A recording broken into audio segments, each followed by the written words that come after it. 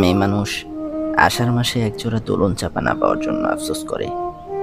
সারা জীবনে কখনো পার্টনার একটা চিঠি দেয় নাই বলে কষ্ট পায়। সঙ্গী তার পছন্দের রং জানে না বলে দুঃখ পায়।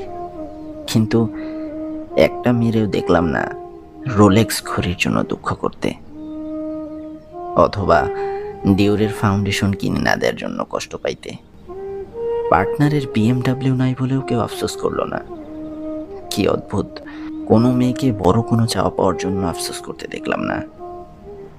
তাদের চাওয়া খুব ছোট, কানের দুল, হাতের লাল চুড়ি কিংবা সর্বোচ্চ একটা বেনারসি শাড়ি। আম্মা বলতেন, মানুষ বড় বড় স্বপ্ন দেখে ঠিকই, তবে সেগুলো পূরণ না হলেও জীবন চলে যায়। কিন্তু ছোট ছোট স্বপ্ন, সেগুলো ভেঙে গেলে মানুষ ফুরাইয়া যায়। এই জন্যই হয়তো হুমায়ুন আজাদ লিখেছিলেন, আমি সম্ভবত খুব ছোট কিছুর জন্য মারা যাব।